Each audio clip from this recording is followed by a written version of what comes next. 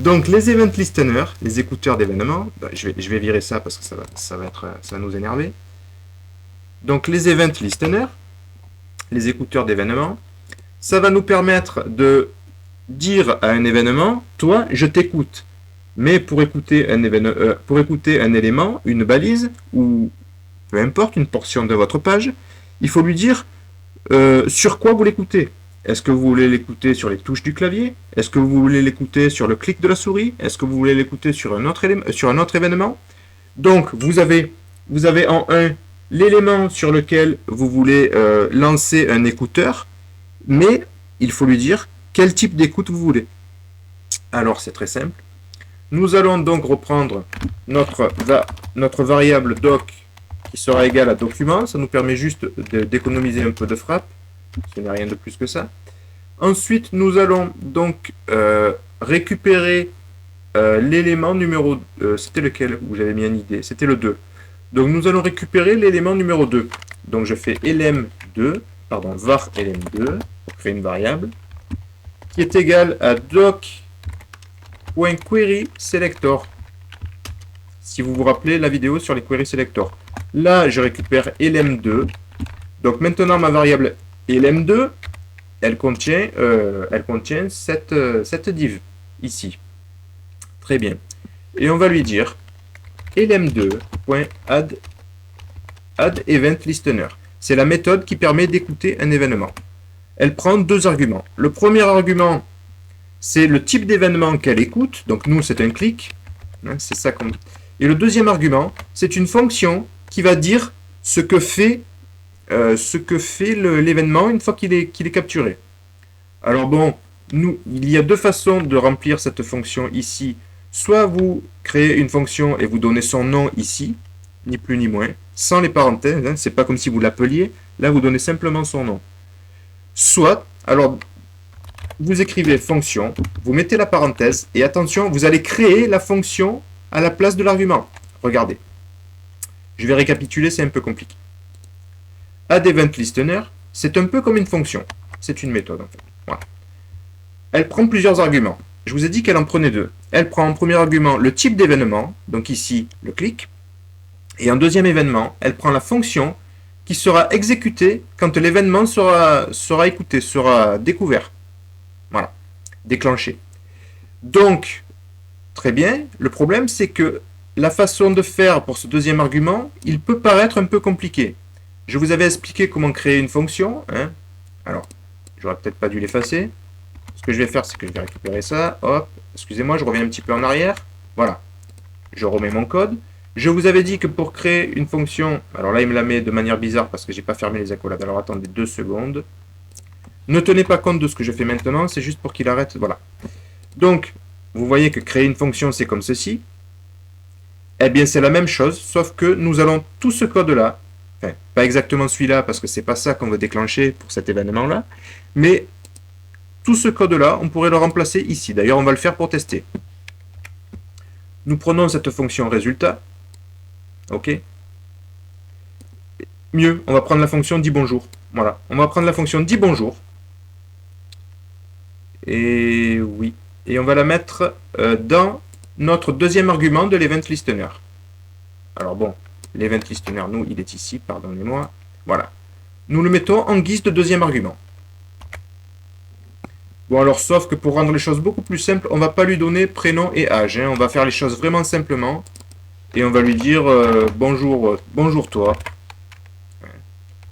Bonjour toi, tu as grandi. Voilà, on s'en fout, on ne se prend pas la tête. Pardon, hop.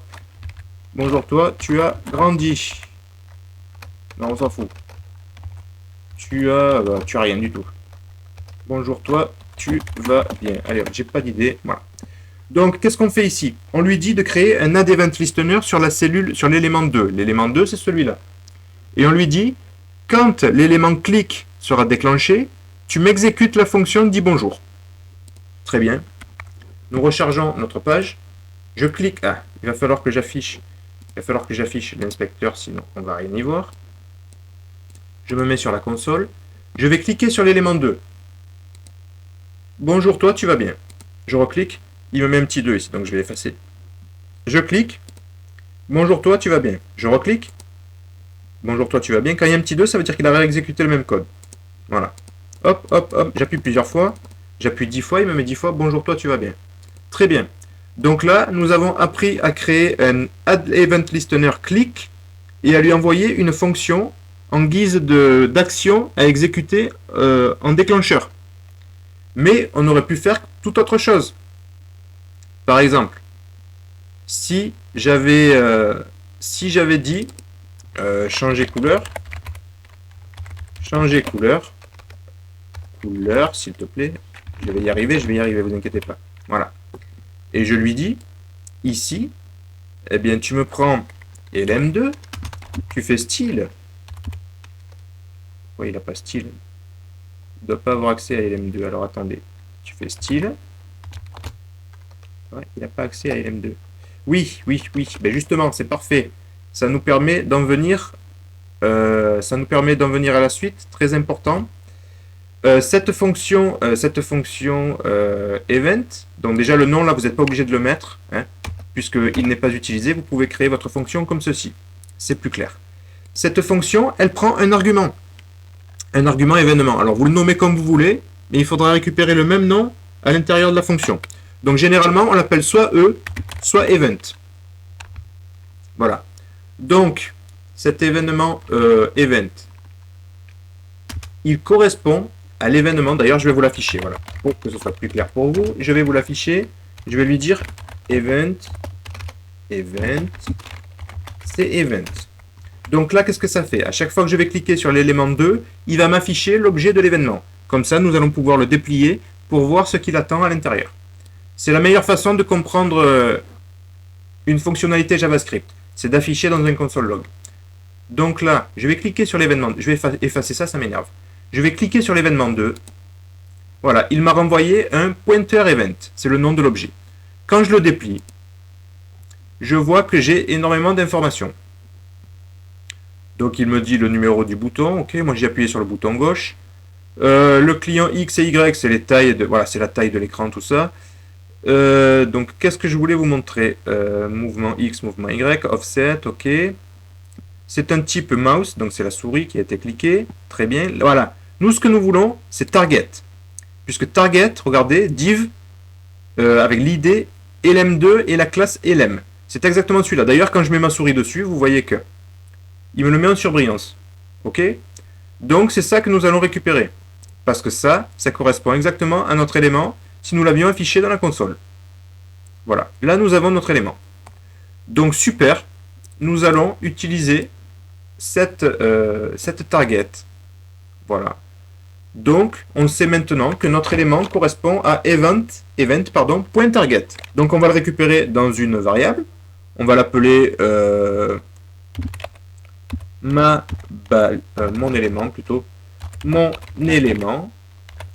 Voilà. Alors, var pour créer une variable. Voilà. Et on lui dit donc que c'est égal à event.target.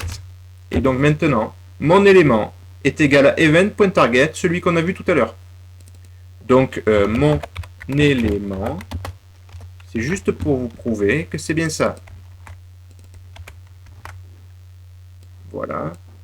C'est en faisant ça que vous allez comprendre. Je vais effacer, je vais mettre en commentaire tout ça parce que ça commence à m'énerver. Pour mettre en commentaire, si c'est un commentaire sur une seule ligne, regardez. Si c'est un commentaire sur une seule ligne, vous mettez 2 slash. Si c'est un commentaire sur plusieurs lignes, vous ouvrez le commentaire avec slash étoile et vous fermez le commentaire avec étoile slash. Tout simplement. Voilà. Ça me permet de ne plus avoir ça, c'est énervant. Donc je clique sur mon élément 2. Et maintenant, mon élément est égal à div. Voilà. Vous voyez? Nous avons récupéré notre élément. Ok, très bien. Donc qu'est-ce qu'on veut faire avec mon élément? Eh bien c'est très simple. On veut lui dire mon élément.style background background color égale red. Est-ce que ça va marcher du premier coup? Oui. Je clique sur mon élément 2, il devient rouge. Je clique sur les autres, rien ne se passe parce que l'élément n'est pas déclenché. Mais à chaque fois que je clique sur mon élément 2, vous voyez que j'avais demandé un console log au début, il m'affiche le console log avec mon élément. Ok, très bien. Ça c'est super, mais est-ce que c'est tout ce qu'on peut faire? Non. Des événements, il y en a énormément. Et c'est ça qui est bien. Donc là, nous avons déclenché l'événement clic, mais nous aurions pu faire le clic droit.